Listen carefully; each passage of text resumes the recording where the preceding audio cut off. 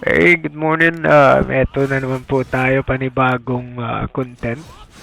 So, magandang umaga pala sa atin lahat. Sana'y maganda rin ang umaga nyo. At medyo maganda rin ang umaga ko. So, eto na nga. Nakita ko naman sa previous slide. May nag-comment sa last na pinost ko. At gustong makipaglaro. 10k yung physical attack man. Tapos 8.8 ata, hindi, 9.2 something yung spell attack which is sobrang taas. 256k lang to, 257k. Pero yung HP niya 110. So alam niyo ibig sabihin nun. Hindi siya PS build, like sick yung build na to. Panoorin nyo.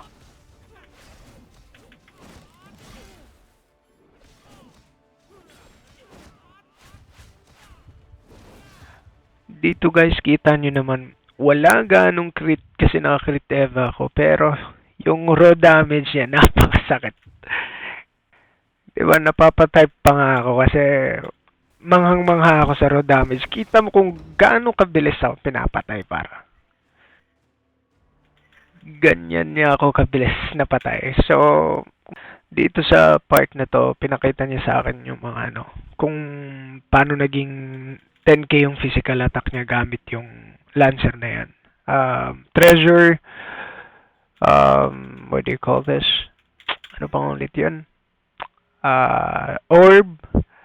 Tapos papakita din niya sa atin yung ibang treasure na nagpapataas ng physical niya, which is kahit tier 3 lang, pero plus 12, napakataas ng stats niyan. Parang tier 7 na leg na tier 1 legendary weapon, which is comparable to plus 12 na tier 3 na epic. So, as you can see, medyo solid tong build na. Mga ako sa build na to para. Totoo lang.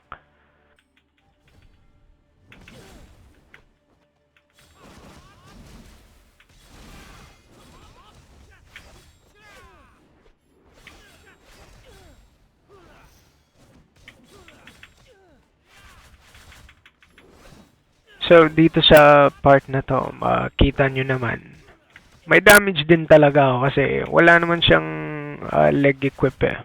Pero, yung damage niya sa akin, pag ako na-KD niya, sobrang bilis lang. Mataas codex na ito eh. Rank 8 yata something. At ako naman medyo mababa lang. Nasa rank 313.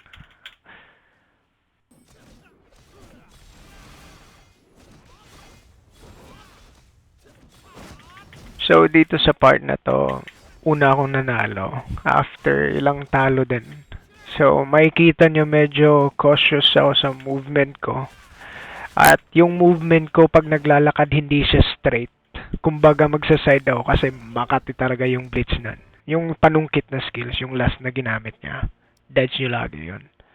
Kasi may stun na dulot yun. Pag na-stun ka nun, matik wala akong baratan eh. So, auto, free hit. Ilang segundo yon.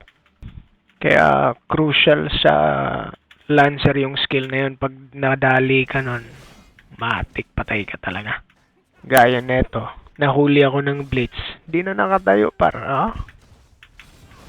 Alright, so after ng analysis ko regarding sa laro namin, sa stats niya, dito na ako bumawi at hinamon ko na siya ng raise to 3. So, unang part dito, nag-def deck, skill reduct, at semi-crit eva ako. So, pansin nyo yung damage niya kahit raw. Di na ganun kataas unlike sa previous damage. Tapos, nahuli ko na rin siya. Siyempre, knockdown luck. Pinaka-importante para free hit ka lagi. Dodge, matik, KD, free hit ka na naman, lang segundo din yan. So, ito yung importante sa Lancer, talaga yung KD luck. So, game 2, matik, ganun pa rin strategy, 240 KPS, def deck. Dito na part na to yung palaging importante kong sinasabi. Pag nag-evade ka, kailangan mabilis ka mag-skill. Otherwise, mauunahan kita kasi ako, bilang Lancer, inaabangan ko yung pag-evade mo. Kumbaga, parang lechon yan sa harap ko para. Di ko pwedeng ma-miss yan. Eto para. Kita mo. Mag-evade yan after kung ma-KD. Pak! Auto. Cancel na skills nun. Libre ka na naman 8 seconds. Ganun lang para. So hope you guys liked it, and I'll see you guys on the next video. Just please leave a quick follow and subscribe to my YouTube channel as well. Peace out. See you guys around.